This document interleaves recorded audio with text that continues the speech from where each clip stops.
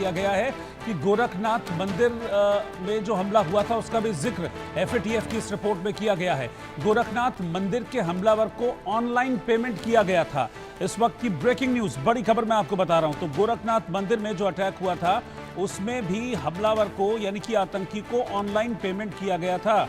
ये जानकारी सामने आ रही है।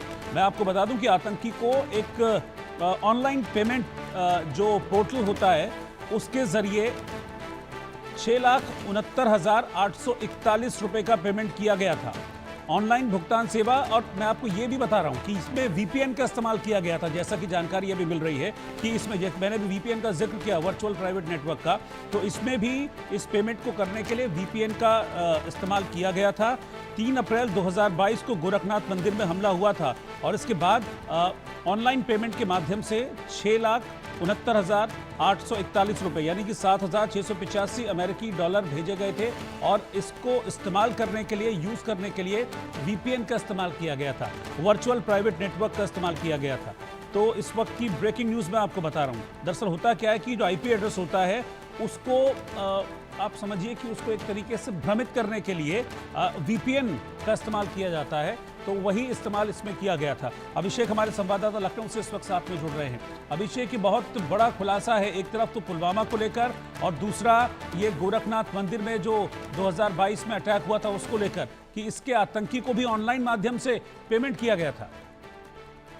या बिल्कुल रोहित, चौंकाने वाली जानकारी है एफएटीएफ की तरफ से। और गोरखनाथ मंदिर में जिन आतंकवादियों के हाथ ये पैसे पहुंचे वो माध्यम इलेक्ट्रॉनिक मोड था और सीधे तौर पर कहा जा सकता है कि आज के इस आईटी युग में हथियार बन गया है ये आईटी, या कहा जाए ये इलेक्ट्रॉनिक माध्यम पैसे भेजने का आतंकवादियों के हाथ का। और शायद यही वजह है कि इसका इस्तेमाल इतने धड़ल्ले से इस्तेमाल होना शुरू हुआ है कि इस पर चेक एंड नॉर्म्स नहीं हो पाने की वजह से अब कोई भी इसका इस्तेमाल कर रहा है और खासतौर पर आतंकी घटना के लिए इसका इस्तेमाल हो जाना ये अपने आप में बहुत बड़ा सवाल खड़ा कर रहा है। और खासतौर पर जिस तरीके से वीपीएन का इस्तेमाल करके इस पैसे को भेजा गया और फिर आतंकवादियों ने इसका इस्तेमाल कर हथियार लिए और फिर यहाँ पर आकर गोरखनाथ मंदिर में, गोरखपुर में इस पूरी घटना को अंजाम देने की कोशिश की, अपने आप में इस बात को बिल्कुल ये सारी दरकिनार कर रहा है कि ये पूरा इलेक्ट्रॉनिक सिस्टम, एआई सिस्टम या फिर कहा जाए डिजिटल पेमेंट माध्यम किसी तरह के चेक एंड नॉर्म से गुजरता होगा, क्योंकि इतनी बड़ी तादाद में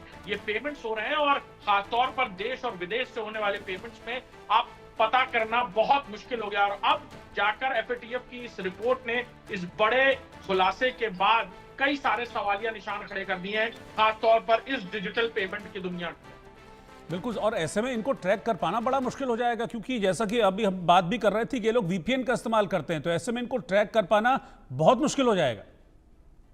बिल्कुल रोहित, वर्चुअल प्राइवेट नेटवर्क का इस्तेमाल करके, डार्क वेब का इस्तेमाल करके या फिर इस तरह के नेटवर्क्स का इस्तेमाल करके जो असल में स्पूफिंग का काम करते हैं, यानी वो दिखाते कहीं हैं, इस्तेमाल कहीं से किए जा रहे होते हैं और फिर बार बार बाउंस नेटवर्क के चलते ये अलग अलग जगह की लोकेशन शो करते हैं। जब तक इन्हें ट्रैक किया जाता है तब तक वो यूजर अपना वीपीएन सिस्टम बंद कर चुका होता है। तो ये बड़ा नेटवर्क का इस्तेमाल, खासतौर पर डिजिटल पेमेंट का इस्तेमाल इस तरह की आतंकी घटनाओं की साजिश को अंजाम देने के लिए करना, ये अपने आप में ना सिर्फ चौंकाने वाला है बल्कि इस पूरे सिस्टम को रिवैल्यूएट करने जैसा सवाल खड़ा कर रहा है। बिल्कुल अभिषेक, बहुत बहुत शुक्रिया आपका साथ में जुड़ने के लिए, क्योंकि